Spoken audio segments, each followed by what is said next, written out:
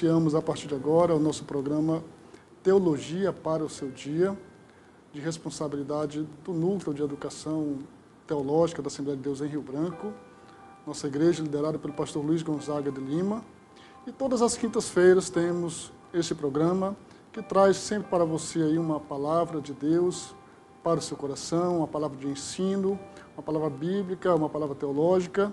E hoje estamos aqui com esta responsabilidade de, nesses próximos minutos, a partir de agora, trazer para você uma reflexão bíblica e também uma reflexão cidadã para o nosso crescimento espiritual e também para o nosso esclarecimento. E vamos então para o nosso tema do dia, o cristão e sua cidadania.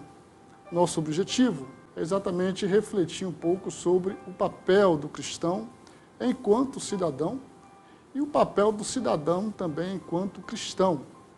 A verdade é que todos nós temos preferências políticas, temos até às vezes nossas paixões, mas o objetivo deste programa não é exatamente fazer você mudar de ideia necessariamente sobre as suas preferências, mas é trazer exatamente o perfil de um cristão que exerce a sua cidadania com sabedoria, com responsabilidade e, sobretudo, com base em princípios bíblicos.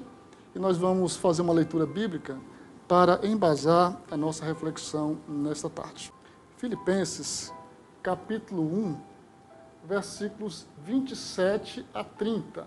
Filipenses, capítulo 1, versículos 27 a 30. E vamos ler na Nova Versão Internacional. Diz assim a palavra de Deus: não importa o que aconteça, exerçam a sua cidadania de maneira digna do Evangelho de Cristo, para que assim, quer eu vá e vos veja, quer apenas ouça a seu respeito em minha ausência, fique eu sabendo que vocês permanecem firmes num só espírito, lutando unânimes pela fé evangélica, sem de forma alguma deixar-se intimidar por aqueles que se opõem a vocês. Para eles, isso é sinal de destruição, mas para vocês, de salvação, e isso da parte de Deus.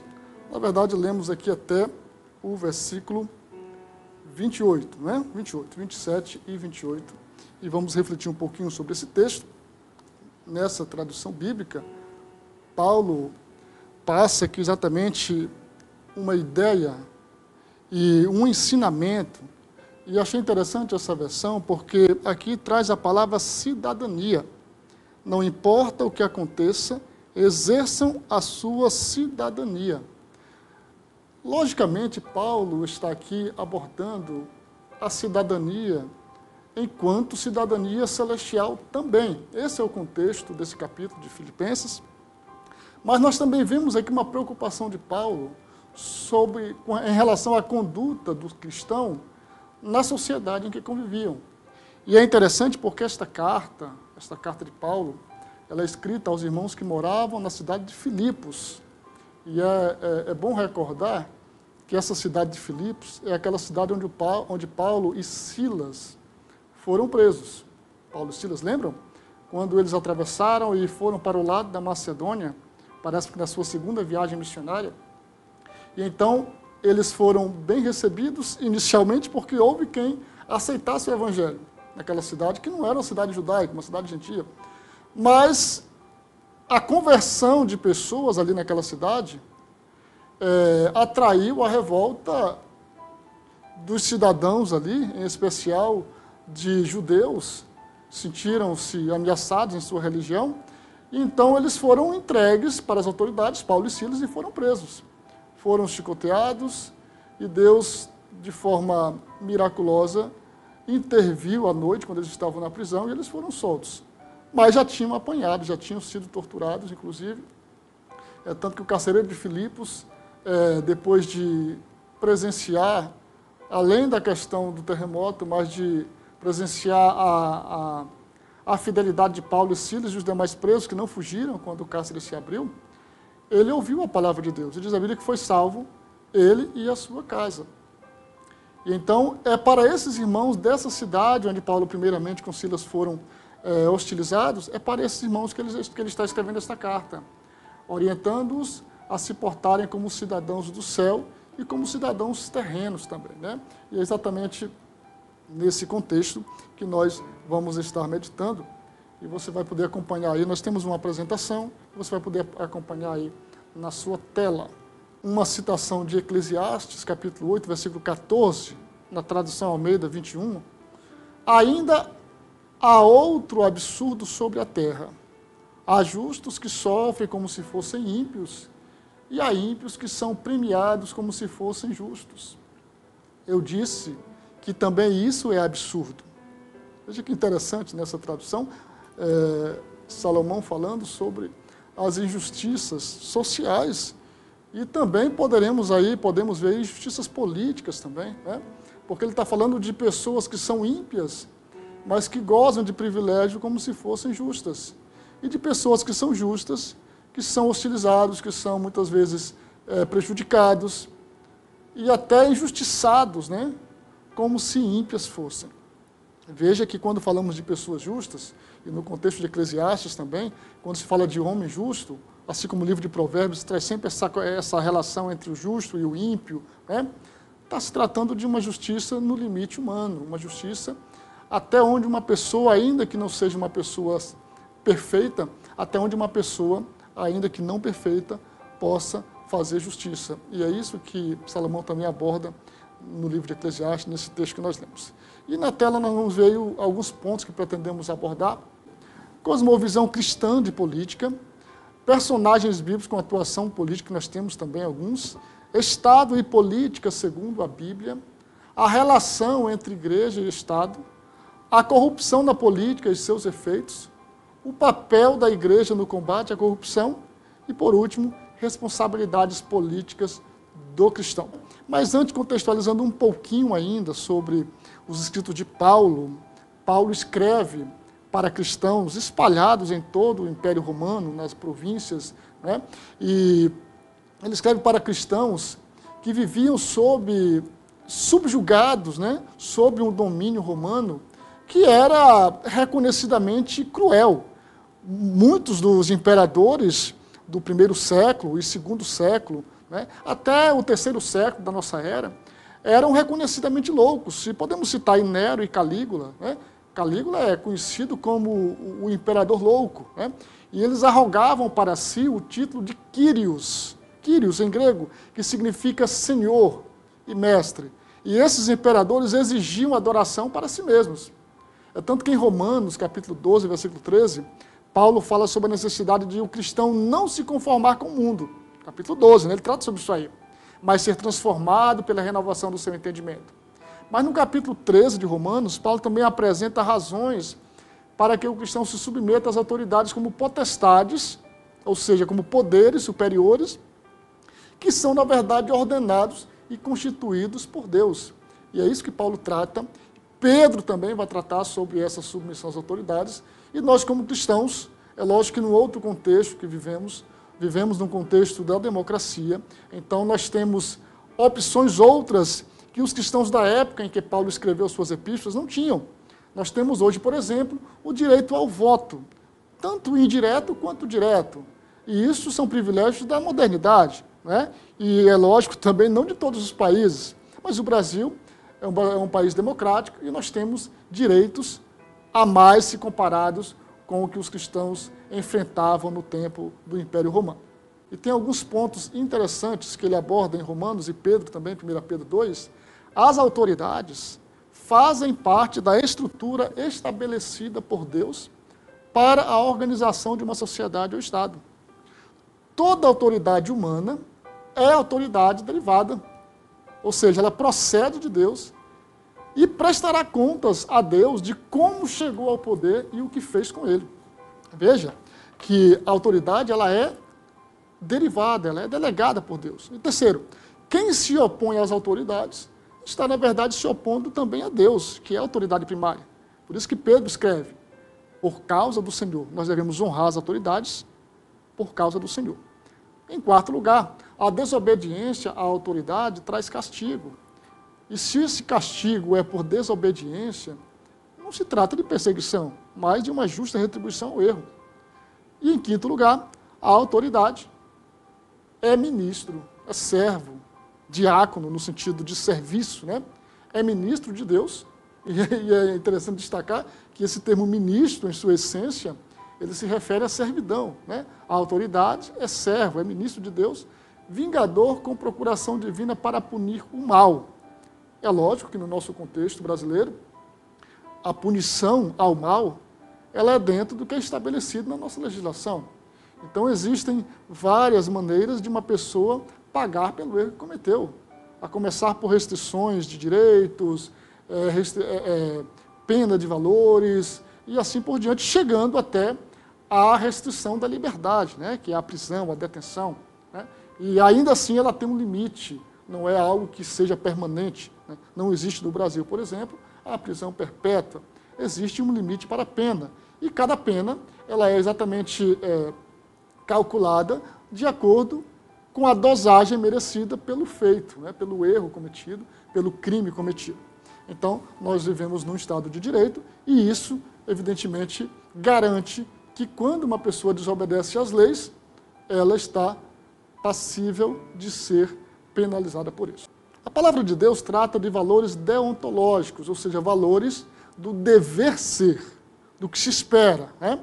Quando a ordem da autoridade não é legítima, cabe ao cristão, que também é cidadão, não deixar sua consciência ser prisioneira da ilegitimidade. Veja que ordem absurda, claro que não se cumpre, né? Nós temos dois exemplos citados aí, das parteiras egípcias que receberam ordem para matar os recém-nascidos, os meninos hebreus, mas não o fizeram por temerem a Deus, que, por sua vez, as abençoou por protegerem aquelas crianças indefesas. Curiosamente, existem muitas pessoas, existem ideologias e existem países em que a morte de uma criança ainda no ventre da sua mãe é permitida. Mas nós vemos aqui que as parteiras egípcias, em um período muito antigo, pelo menos aí 1.500 anos antes de Cristo, ou seja, 3.500 anos atrás, mas elas tiveram exatamente a sensibilidade de que aquelas crianças, ainda que houvesse uma ordem de Faraó para matá-las, aquelas crianças eram indefesas e elas precisavam de proteção e não de serem mortas cruelmente ou lançadas no rio, como depois o Faraó quis que fosse também. Raabe é um outro exemplo, porque Raabe, ela optou por não atender às ordens do rei de Jericó. Veja que ela não era uma mulher hebreia, ela era da cidade de Jericó, mas ela creu no Deus dos espias, os espias hebreus, e acreditou que eles venceriam a sua cidade. E ela então arriscou a própria vida, e da sua família também, claro, para proteger aqueles dois espias. E pela sua fé, pela sua crença vivenciada mesmo, Raabe foi salva. Diz a Bíblia que ela e a sua casa foram salvos quando os hebreus tomaram a cidade de Jericó. E Raabe também ela vai fazer parte da galeria dos heróis da fé, né? Ela também faz parte da genealogia de Jesus. Cosmovisão cristã de política. A política faz parte da vida em sociedade. E como o cristão não vive isolado de sua comunidade, ele deve ter consciência política saudável, sendo sal da terra e luz neste mundo tenebroso e corrompido, né? Política é essencialmente a arte de governar, né? A arte de governar a polis, né, que é a cidade. Então, ela é algo essencial de todo cidadão. Então, nós somos seres sociáveis, sociais e também seres políticos. Por isso que nós temos não apenas o direito, né, mas o dever de nos envolvermos politicamente com os rumos da nossa cidade, do nosso estado, do nosso país. Isso não significa necessariamente que precisamos ser candidatos a cargo A, B ou C. Não, mas precisamos nos aproveitar de forma positiva desse direito que nos assiste, de exercermos plenamente a nossa cidadania. E um desses direitos mais sublimes é o direito ao voto direto, secreto, não obrigatório no Brasil, não é? Mas nós temos, eu diria que o dever cívico né, o dever consciente de exercermos esse direito, que é o direito de escolhermos quem irá nos representar, seja no Poder Executivo, no Poder Legislativo, que já o fizemos no início do mês de outubro, mas que faremos agora, em segundo turno, do Poder Executivo, no nosso caso aqui do Estado do Acre, escolheremos ainda o presidente que vai governar o nosso país nos próximos 4 anos. Como conciliar fé e atuação política? Qual a postura da igreja em relação ao processo eleitoral? E aqui não me refiro à igreja enquanto instituição, mas enquanto pessoas, né? Muitos não investem tempo para escolher seus candidatos. Imagine que você precisa fazer uma cirurgia e você tem a opção de, evidentemente, de se submeter a uma cirurgia por um profissional da área da saúde, da especialidade que você vai precisar do atendimento. Você arriscaria a sua vida, a sua saúde, para alguém, para mim, por exemplo, que não estudei medicina, que sou leigo na área de medicina, você arriscaria que alguém que não tem capacidade, não foi capacitado para aquilo, mexesse no seu corpo, cortasse o seu corpo? É lógico que não. Quando precisamos de alguém para cuidar da nossa saúde, procuramos um profissional da saúde. Precisamos de resolver uma causa judicial, procuramos alguém da área jurídica, e assim por diante. E quando vamos escolher alguém que vai nos governar durante 4 anos, devemos escolher aquele ou aquela que melhor fará, que melhor se apresenta para nos representar, nos governar e ditar em muitos rumos da nossa vida, da nossa família, da nossa sociedade como um todo. Que patrimônio cultural e educacional estamos construindo para gerações futuras? Que país ou cidade estamos edificando para os nossos filhos? Que princípios e fundamentos estamos preservando ou removendo em nossos dias? Estamos preservando ou removendo princípios? Os nossos descendentes terão um mundo melhor, de fato? E a fé deles, a fé que nós ensinamos a eles, será que ela vai ser preservada ou vai naufragar diante das ideologias que eles enfrentarão lá na frente? Será que os nossos filhos, os nossos netos, sobreviverão espiritualmente quando chegarem a uma universidade? E se eles forem tragados pelo ateísmo, pelo materialismo e tantos ismos que infestam as academias, onde se deveria oferecer ensino universal, mas infelizmente há professores que preferem confrontar a fé alheia dos infantes. Veja que isso é muito importante. Isso tem a ver com a minha vida, com a sua vida, com os nossos filhos, com o futuro da nossa família, da nossa sociedade. E eu não estou aqui falando algo vago. Eu até diria que nem é preciso chegar à universidade para se ter, às vezes, o juízo mexido por pessoas irresponsáveis, que se aproveitam, às vezes, da ingenuidade de um adolescente, de um jovem, para colocar na cabeça dele ou dela coisas que vão de encontro ao que os seus pais ensinaram. Eu recordo quando eu estava, eu acho que na 8ª série, na antiga 8ª série do 1º grau, e um professor de história, e não era o assunto que cabia, mas ele fez questão de dizer na sala de aula que Deus não existia. Que Deus não existia. E ele não falou nem com base no livro, texto, né? Ele esboçou para a classe o que ele não cria, ou melhor, o que ele cria, porque tem que ter fé para dizer que Deus não existe, tem que crer que ele não existe. Nós cremos que ele existe, nós vivemos sob essa crença e experimentamos isso na nossa vida, nós sentimos ele na nossa vida. E há quem creia que ele não existe. Agora você veja, na 8ª série eu tinha aí meus 16 anos, mais ou menos, né? Criado no Evangelho, e aquilo me incomodou, aquilo. Eu não gostei de ouvir aquilo do professor, não estava ali para isso, né? Mas ele falou aquilo, né? E depois, na universidade, nos cursos que fiz, também vi, por vezes, o professor ridicularizar da fé alheia. Isso não é papel do ensinador. Então, se as nossas crianças, nossos filhos, nossos jovens não estiverem enraizados na palavra de Deus, não tiverem base bíblica, base racional também da sua fé, eles poderão naufragar, né? Eu recordo, quando eu fazia o curso de Direito, numa faculdade privada, inclusive, o professor falou ridicularizando, quando falou sobre família, ele se referiu àquele termo que falam por aí de família doriana. E eu fiquei sem entender, ele falou com ar de sarcasmo, né? Ridicularizando a família tradicional.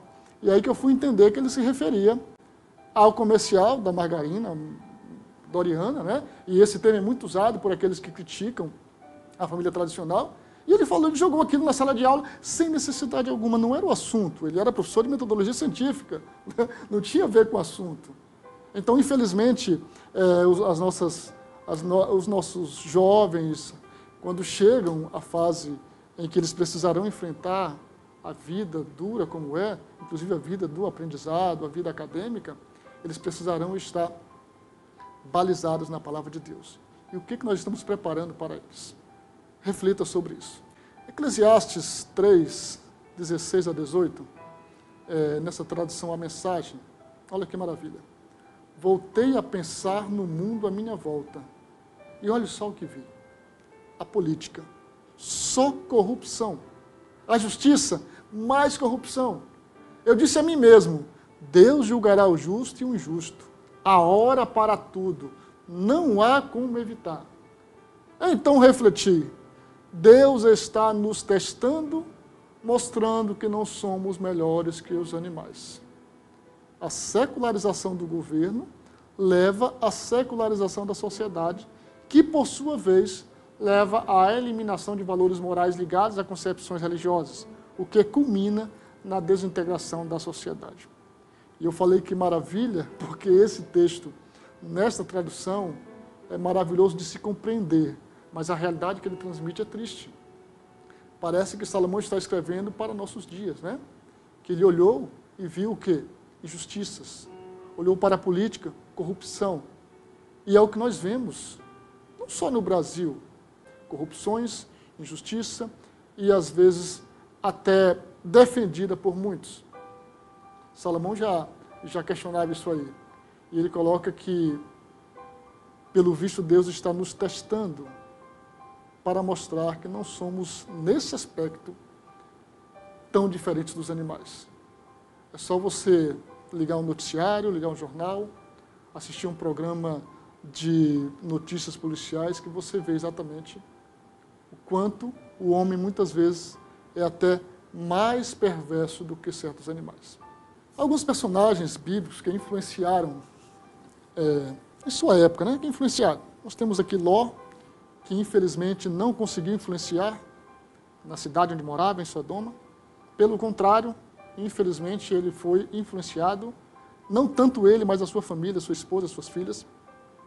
Eles não conseguiram influenciar aquela cidade, ainda foram influenciados negativamente. José, que estava numa terra estranha, no Egito, como escravo inicialmente, e depois que foi ascendendo o posto, né, e chegou a ser mordomo da casa de Potifar, depois foi à prisão, injustamente, e depois foi ao posto de governador do Egito. Ele se tornou governador do povo, não só do Egito, mas do seu povo que morava em Canaã também, de tantas nações ao redor, com certeza.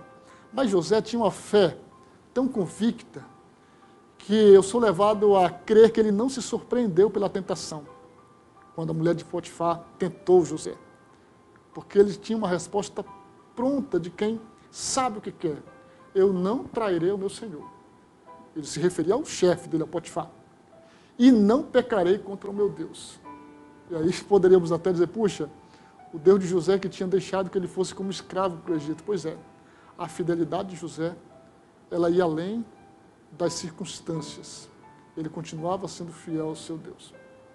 Vejamos aqui mais Moisés, né, que também foi escolhido por Deus para tirar o povo hebreu do Egito, e foi o primeiro legislador de Israel, quem escreveu os 5 primeiros livros da Bíblia, e fez uma grande obra, que até hoje é respeitada, não só pelos hebreus, né, mas por todo mundo, porque Moisés é lembrado como aquele que trouxe a legislação para Israel. Elias, né, profeta de Deus, que atuou no Reino do Norte durante um período de densas trevas espirituais, e quando o próprio rei Acabe e a sua mulher Jezabel fomentavam a adoração a um Deus falso. E olha só que situação. Teve um momento em que Elias teve que sair do anonimato e confrontar o rei e o povo para uma decisão final. Que decisão seria essa? Servir de fato a Deus ou servir a Baal? É interessante que Acabe, olha o texto bíblico, Acabe convocou todo o povo de Israel, principalmente os profetas, para se reunirem no Monte Carmelo. E Elias então desafiou o povo. Olha o que Elias disse para o povo: até quando vocês ficarão em cima do muro? Se o Eterno é o Deus verdadeiro, sigam-no. Se é Baal, sigam a Baal. Decidam-se. E olha o silêncio do povo. Ninguém respondeu nada. O povo nem se mexia. Isso poderíamos aplicar para a nossa responsabilidade de nos decidirmos. Nós precisamos nos posicionar. Estar em cima do muro, já ouvi alguém dizer, é a pior posição. Precisamos nos posicionar, exercermos nosso direito com responsabilidade e respeito, mas não podemos nos omitir. Elias convidou o povo a se posicionar se eles serviriam a Deus ou a Baal. E diz o texto que o povo nem se mexia. Foi preciso Elias dar uma proposta. Elias disse: vamos fazer o seguinte, nós vamos colocar o sacrifício aqui no altar e vamos clamar. O Deus que responder com fogo, esse é o Deus que merece adoração. Aí o povo achou bom assim. O povo disse: boa esta palavra, Elias. O povo não queria se posicionar de forma subjetiva. Eles queriam uma resposta pronta. E aí eles tiveram a oportunidade, sim, depois de ver o milagre, de reconhecer que Deus era Deus. Mas eles já sabiam disso. Eles só estavam com medo, na verdade, das circunstâncias. Jonas, um outro personagem também. Daniel, e vamos avançar um pouquinho, Daniel. Esther, uma mulher ilustre, que pela sua disposição de não ficar em cima do muro, ela foi usada por Deus para promover a salvação de toda uma nação que estava no cativeiro. E foi exatamente através de Esther que Deus trouxe o livramento do povo de Israel contra Amã, que queria destruí-los. Veja que quando Mardoqueu mandou o aviso para Esther que ela precisava fazer alguma coisa, porque senão todo o povo iria morrer, porque já havia um decreto real que o rei havia assinado sem saber, através de Amã. E aí Esther disse: olha, eu bem que gostaria de fazer alguma coisa, mas eu não posso, eu não estou autorizada a entrar na presença do rei, ainda que fosse seu esposo, nos próximos 30 dias. O que Mardoqueu disse? Esther, se você não se posicionar, se você não agir, virá salvação de outro lugar. Mas pense, se não foi para isso que você foi colocado aí. Então pense você, pensemos nós. Por que Deus nos preservou até aqui? Por que Deus deu para você e para mim a capacidade de agirmos, de fazermos algo por nós, pela nossa sociedade, pela nossa geração? E por que não o faremos? Por que nos acovardaremos? Temos que exercer com responsabilidade a nossa cidadania. Estevão, também um outro personagem do Novo Testamento, no caso, muito corajoso, que enfrentou a fúria dos religiosos da sua época, foi martirizado, mas não negou a Cristo, não deixou de pregar o Evangelho. Tiago, o apóstolo Tiago, que ficou conhecido como o homem dos joelhos de camelo, porque era um homem de oração. Diz a tradição que o seu joelho era como se fosse uma sola dos joelhos de um camelo. E esse homem foi, inclusive, martirizado, porque ele era uma voz contra as injustiças sociais da sua época, sobretudo injustiças do clero judaico, e ele era alguém que protestava contra isso. Estado e política segundo a Bíblia. Por muito tempo a política foi satanizada no meio evangélico, e como consequência dessa omissão, permitiu-se que áreas estratégicas do poder público fossem loteadas por pessoas ímpias, muitos não apenas indiferentes ao Evangelho, mas declaradamente inimigos dos próprios cristãos e da Bíblia, aversos aos evangélicos, adversários da Igreja de Cristo. Para mudar essa triste realidade, necessário se faz que a Igreja de Cristo amadureça e aprofunde sua consciência política que cada crente exerça sábia e responsavelmente sua dupla cidadania, que implica o cumprimento de deveres e usufruto de direitos. Mais uma vez eu digo, eu não estou falando aqui de forma vaga. Já vi, já presenciei, no meu ambiente de trabalho mesmo, em reunião, alguém, de forma explícita, expressar a sua revolta contra os evangélicos. Eu estava na reunião, e eu presenciei aquilo e vi o quanto infelizmente, existe, apesar de se falar tanto em inclusão, né, em tolerância, mas existe, muitas vezes, intolerância quanto aos cristãos. Muitas pessoas nos toleram, não por respeito aos cristãos. Muitos nos toleram por temor às leis. Porque existe em nossa nação, em nosso país, temos leis que nos protegem. Nós temos leis que protegem, por exemplo, o direito de apresentarmos um programa como esse. Nós temos leis que protegem os cristãos de se reunirem em seus templos. Nós temos a nossa Constituição que nos dá o pleno direito de professar a nossa fé. Mas, infelizmente, existem pessoas que nos toleram apenas por temor a essas leis. Então, nós poderíamos até concluir que não vivemos um tempo de tanta tolerância assim. Infelizmente, vivemos tempos de intolerância. E já vemos isso, inclusive, em outros países da América Latina, né? E nossa oração é para que isso não aconteça em nosso país. O Novo Testamento retrata o Estado como um instrumento ordenado por Deus, pois não é problema para os que fazem o bem, mas para os que fazem o mal. Um ente necessário e indispensável para a manutenção da paz social. E a Bíblia afirma que as autoridades, elas são instituídas por Deus para disciplinar as obras más dos homens. Isso não significa que nós vamos, evidentemente, tratar da política de forma como os ímpios fazem, né?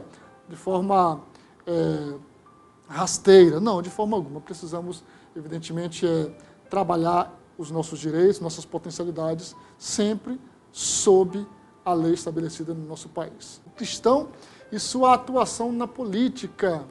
Os princípios éticos devem ser estritamente observados pelo cristão enquanto cidadão. A igreja precisa de conscientização política, o que não significa a ocupação do espaço de adoração e pregação da palavra para campanhas políticas, lógico, não é para isso, né? Mas a conscientização política da igreja deve ser fundamentada em princípios cristãos, o que significa que devemos analisar as propostas e ideologias políticas dos candidatos usando o crivo da ética cristã e dos princípios bíblicos.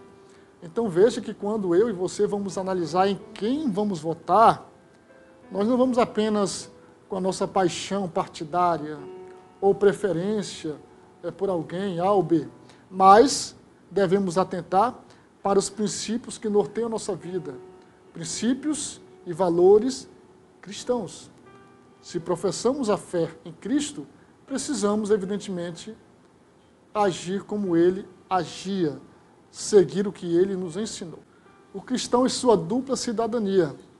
Ao mesmo tempo que a nossa cidade está nos céus, e somos peregrinos neste mundo, também devemos nos sujeitar às autoridades daqui, considerando-as como sendo constituídas e ordenadas por Deus. Contudo, tal obediência não deve ser de forma cega ou irrefletida, mas por amor ao Senhor. Como cidadãos terrenos, guiados pelo Espírito Santo, e numa visão de mundo bíblica, devemos respeitar as leis e participar das discussões políticas da sociedade e do governo. De igual modo, como cidadãos do céu, somos ensinados a não nos conformarmos com este mundo, mas ansiarmos pela pátria celestial, desejando estar com Cristo. Citação de Pedro, capítulo 2. Por causa do Senhor, estejam sujeitos a toda instituição humana, quer seja ao rei como soberano, quer seja às autoridades como enviadas por ele, tanto para castigo dos malfeitores, como para louvor dos que praticam o bem. Porque assim é a vontade de Deus, que pela prática do bem, vocês silenciem a ignorância dos insensatos. Esse tópico, a relação igreja e Estado, A conscientização da importância da participação do cristão na política não significa necessariamente a união entre Estado e Igreja. Esse fenômeno já é conhecido já na história pretérita e, infelizmente, isso deixou rastros de escuridão e sangue, né? Quando Igreja e Estado se unificaram ainda no IV século da nossa era. Quando inquirido sobre o pagamento do tributo a Roma, o Senhor Jesus ratificou esse princípio, né, da separação entre Estado e religião. O que Jesus falou para os seus críticos, na verdade, né? Ele disse o seguinte, ó, dai a César o que é de César e a Deus o que é de Deus. Ali Jesus estava estabelecendo esse princípio da separação entre Estado e religião, adaptando para nós a separação entre Estado e Igreja. Então, cada um tem seu papel distinto, definido, né? Do Estado definido nas leis, da Igreja definido, ainda que também nas leis, mas primordialmente na Palavra de Deus. A separação entre Igreja e Estado, né? Nós temos aqui uma citação de Wayne Grudem, nesse livro que apresentei agora há pouco. Trata-se de uma declaração notável, pois Jesus mostra que deve existir dois âmbitos distintos de influência. Um para o governo, outro para a vida religiosa do povo de Deus. Algumas coisas, como impostos, dizem respeito ao governo civil, é de César. Logo, a igreja não deve tentar controlá-las.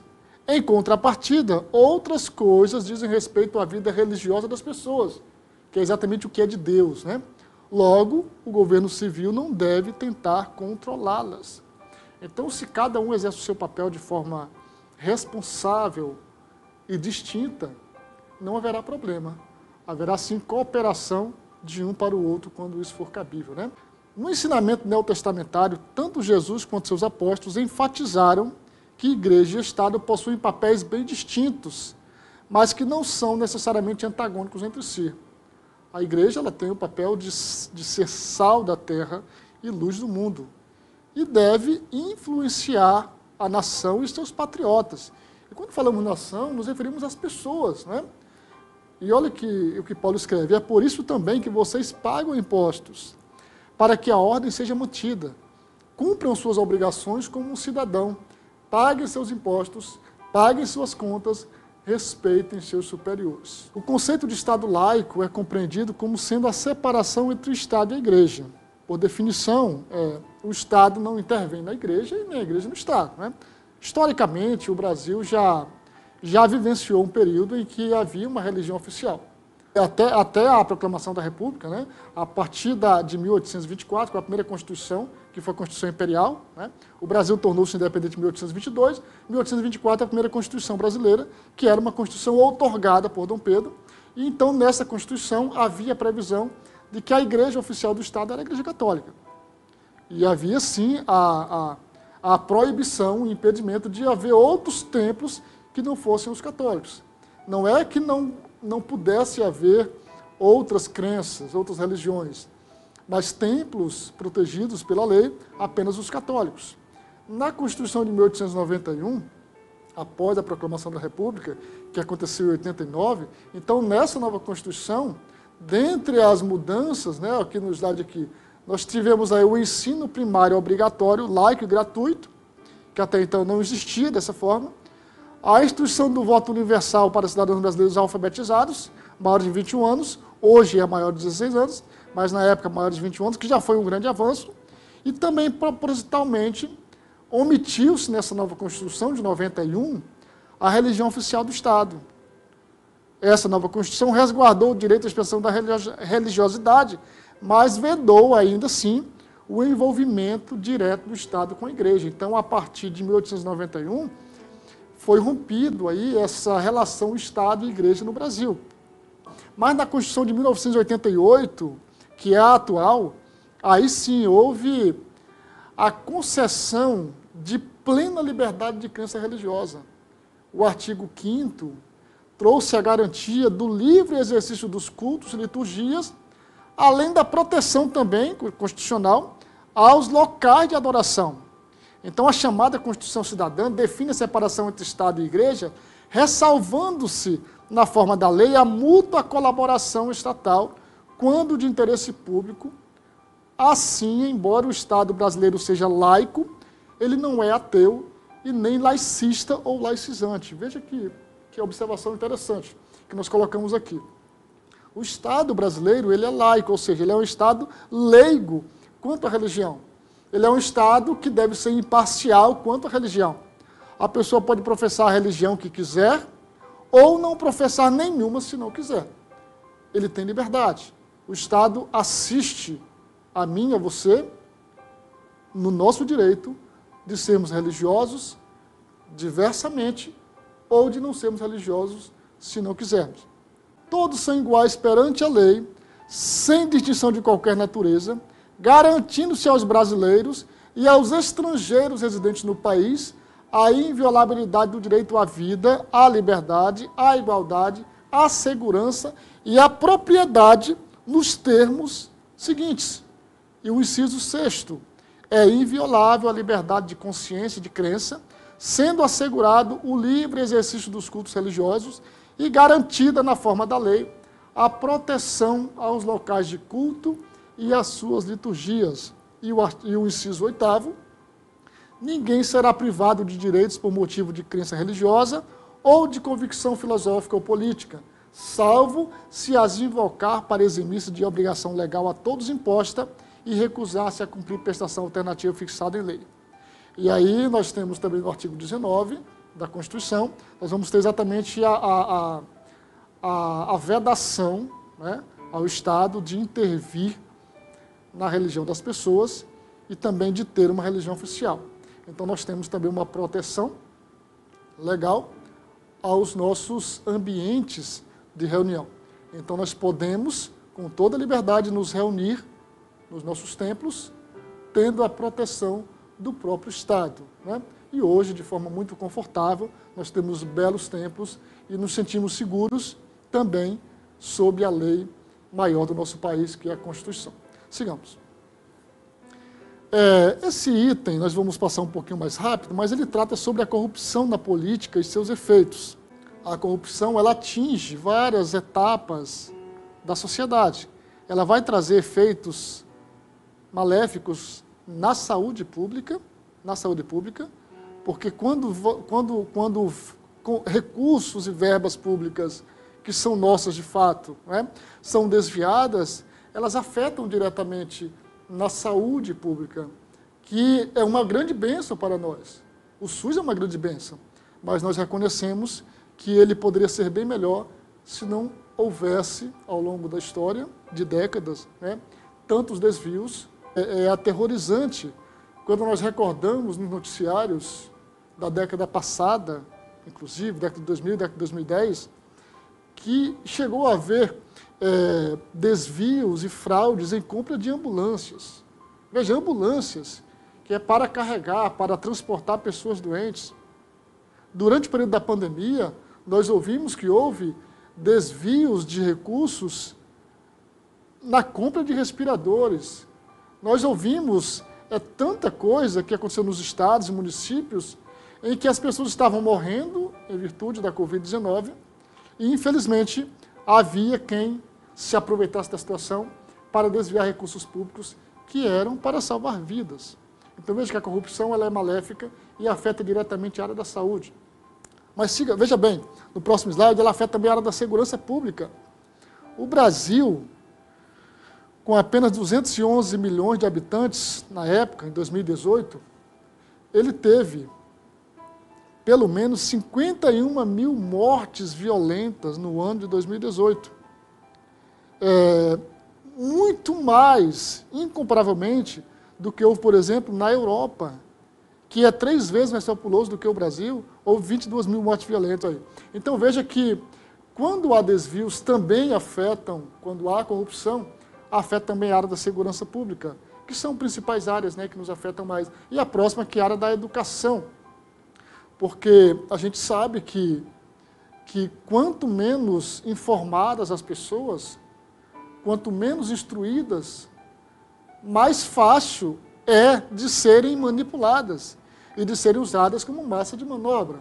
Então, uma população informada, uma população instruída, ela é dificilmente manipulada. Infelizmente, a corrupção finda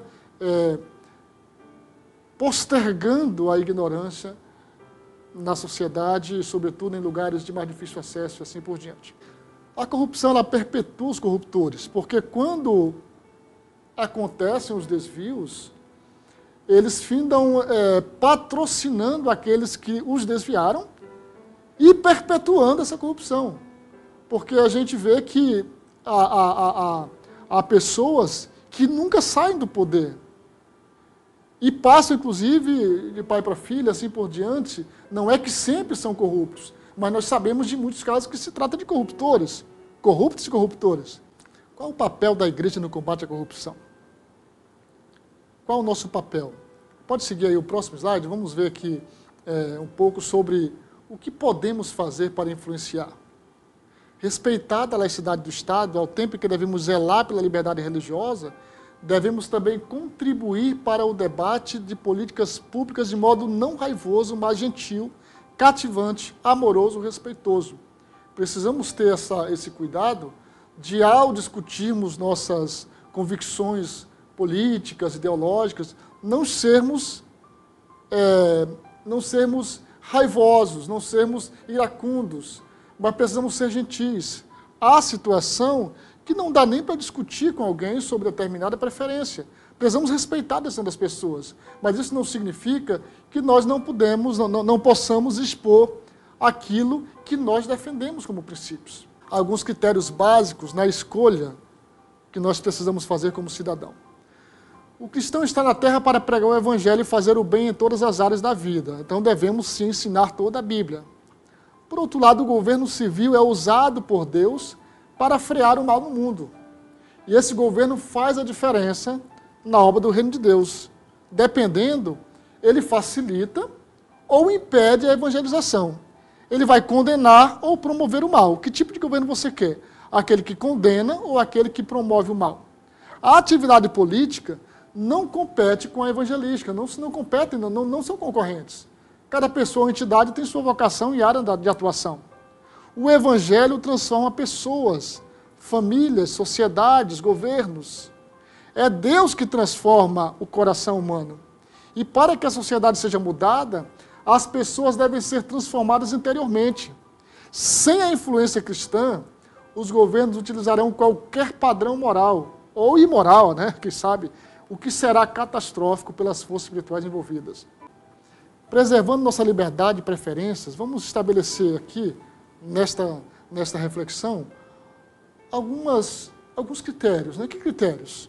Veja bem, é coerente você e eu, como cristão, votarmos em candidatos ou partidos cujos princípios e ideologias são incompatíveis com o que cremos e defendemos como cristãos?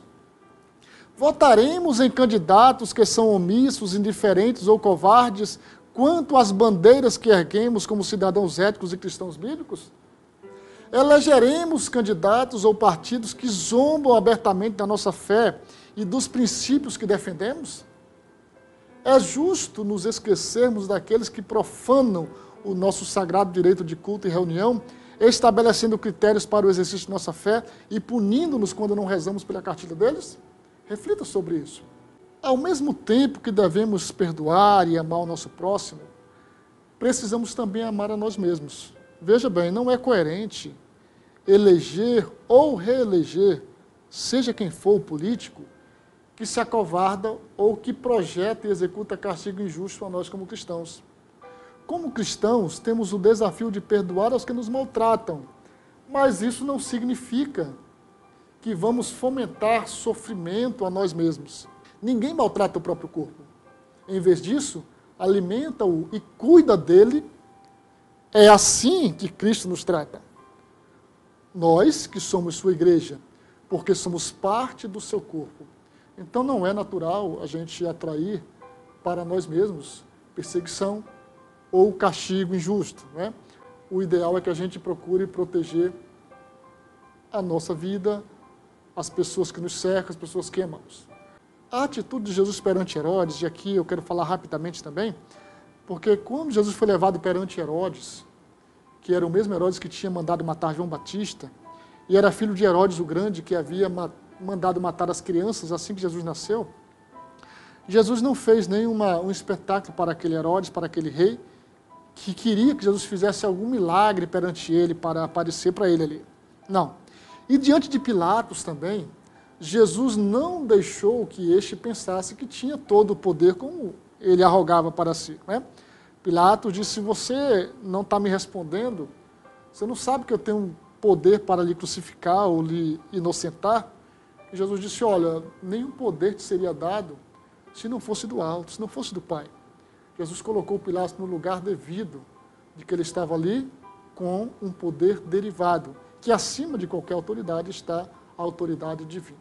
Há algumas responsabilidades, né, políticas do cristão, e votar é o nosso primeiro dever cívico. Se você não vota, está abandonando a obrigação bíblica de ser um cidadão responsável. Por meio do seu voto, elegemos as autoridades do nosso país, Estado e cidade. Votar e ser votado é um direito e um dever cívico do qual o cristão não deve se esquivar, sob risco de estar se omitindo como cidadão. O cristão deve votar de forma livre e consciente, exercendo esse direito de modo refletido e responsável, na busca pelo interesse público, à luz dos valores morais e espirituais extraídos das Escrituras. E aqui nós podemos avaliar os candidatos, né, pelas suas ideologias.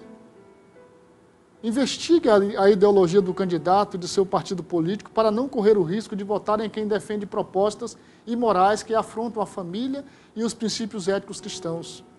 Opte por candidatos que defendam a vida, a família tradicional, a dignidade da pessoa humana e a defesa das liberdades, inclusive a religiosa. Reflita sobre isso. Não negocie seu voto. Vender o voto é o mesmo que barganhar a consciência, e um sinal de egoísmo, visando o benefício pessoal e um ato ilícito. Então você precisa fazer essa avaliação. Quais as ideologias que o seu candidato, ou aquele que quer o seu voto, defende? São as mesmas ideologias que você defende? Será que é coerente você pregar uma coisa, ou crer numa coisa, ter todo um arcabouço de crenças, e na hora do seu voto, você depositá-lo em quem é totalmente antagônico ao que você crê?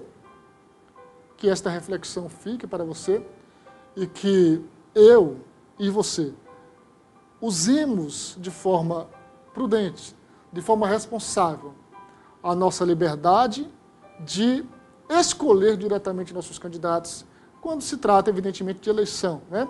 É lógico que nossa cidadania não se reduz apenas ao voto direto. Nossa cidadania ela é exercida de outras formas mais. Né? E, fechando essa nossa reflexão, estamos na semana, né, da Reforma Protestante, que dia 31 completará aí 505 anos. E é bom lembrar que foi a partir da Reforma que muitas das liberdades que nós usufruímos hoje foram estabelecidas nos países da época, né? O Brasil, à época, era ainda colônia, evidentemente, mas hoje usufrui dessas liberdades, né? E avanços históricos na área educacional, na área cultural e assim por diante. E lembre-se que você, como cristão, deve ser um protestante. O protestante não se reduz a protestar apenas contra os erros das heresias, não, mas contra tudo que é injusto, tudo que é corrupto, tudo aquilo que corrói uma sociedade, tudo aquilo que faz mal, tudo aquilo que afeta a vontade de Deus, os princípios bíblicos, tudo aquilo que é contra a família, tudo aquilo que é contra a sua pátria, tudo aquilo que é contra a sua e a minha liberdade. Então, ser protestante é exatamente lutar também por Deus, pela nossa pátria, pelas nossas famílias e pelas nossas liberdades. Que Deus te abençoe, abençoe a sua família e agradeço pela sua audiência e que Deus nos guarde e nos ilumine em tudo aquilo que fazemos enquanto cidadãos. Muito obrigado pela sua audiência. Que Deus abençoe.